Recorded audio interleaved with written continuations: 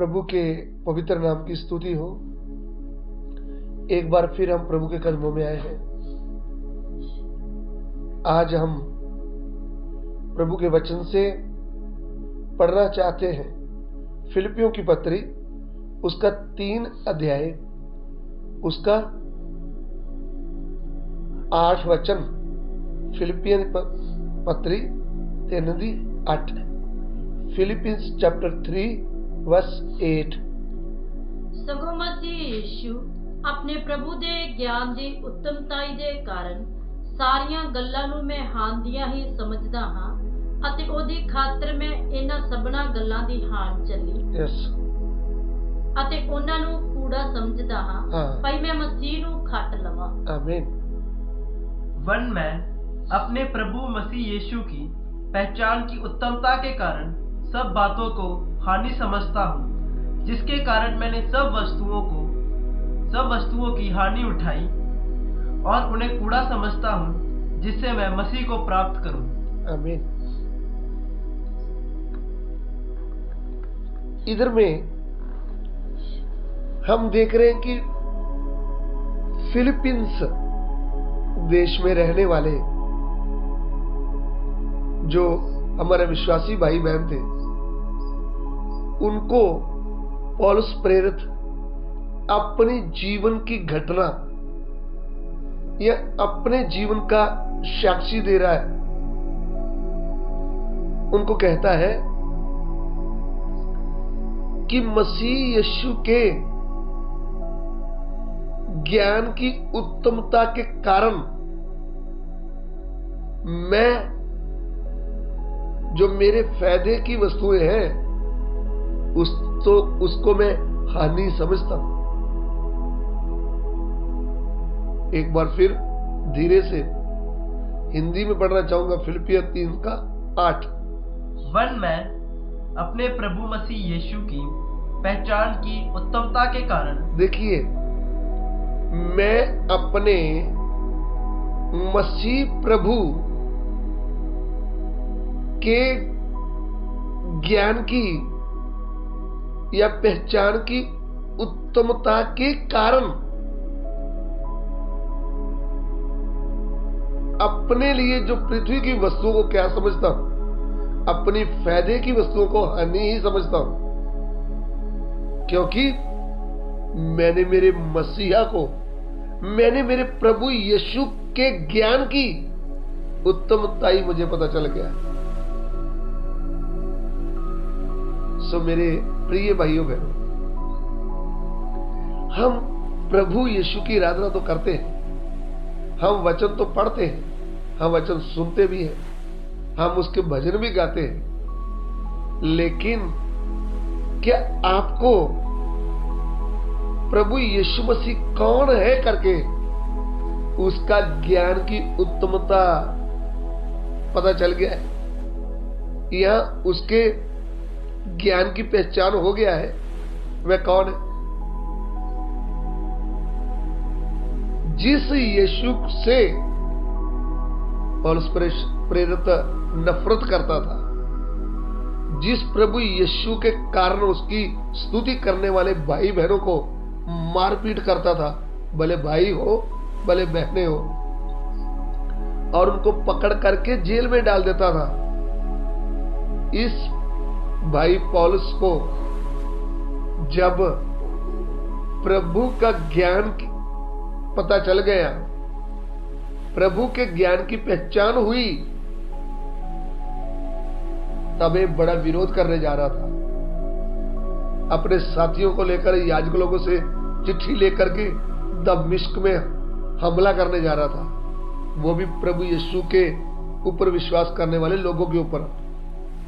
बोला उनको जाकर मारपीट करके, उनको बांध करके यरूशलेम में लाऊंगा घसीट के। लेकिन जब दमिश्क जा रहा था, तो अब स्वर्ग से एक ज्योति इनके ऊपर चमकी और ये और इनके साथी नीचे गिर गए, और एक आवाज इनके कानों में गूंजने लगी, हे शाऊल, तू मुझे क्यों सताता है? तब जब इसके ऊपर इतनी रोशनी पड़ी, जब सीधी आवाज इसके सीने में लगी, तो ये डर गया और इसकी बाहर की आंखें बंद हो गई और भीतर की आंखें खुल गई। फिर 3 दिन ये रूम में बैठा रहा, ना कुछ खाया ना कुछ पिया, प्रभु के साथ अपने जीवन के ऊपर ध्यान किया।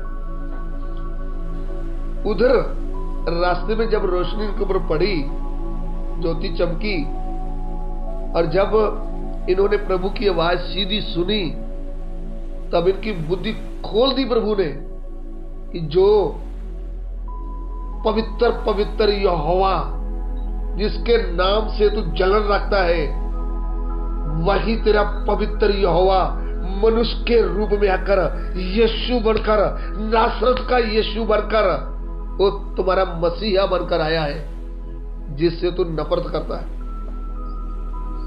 ये बड़ा भेद, ये बड़ा ज्ञान की पहचान पौलुस भाई को हो गया था। इसलिए जब इसको बड़ा प्रभु यीशु के ज्ञान की पहचान हुई, तब इसने निर्णय ले लिया, मेरा बिजनेस साइड में, मेरे रिश्तेदार साइड में, मैं अभी जीऊंगा प्रभु यीशु के लिए और मरूंगा भी प्रभु यीशु के लिए, क्योंकि प्रभु यीशु के ज्ञान की पहचान इसको हो गई थी।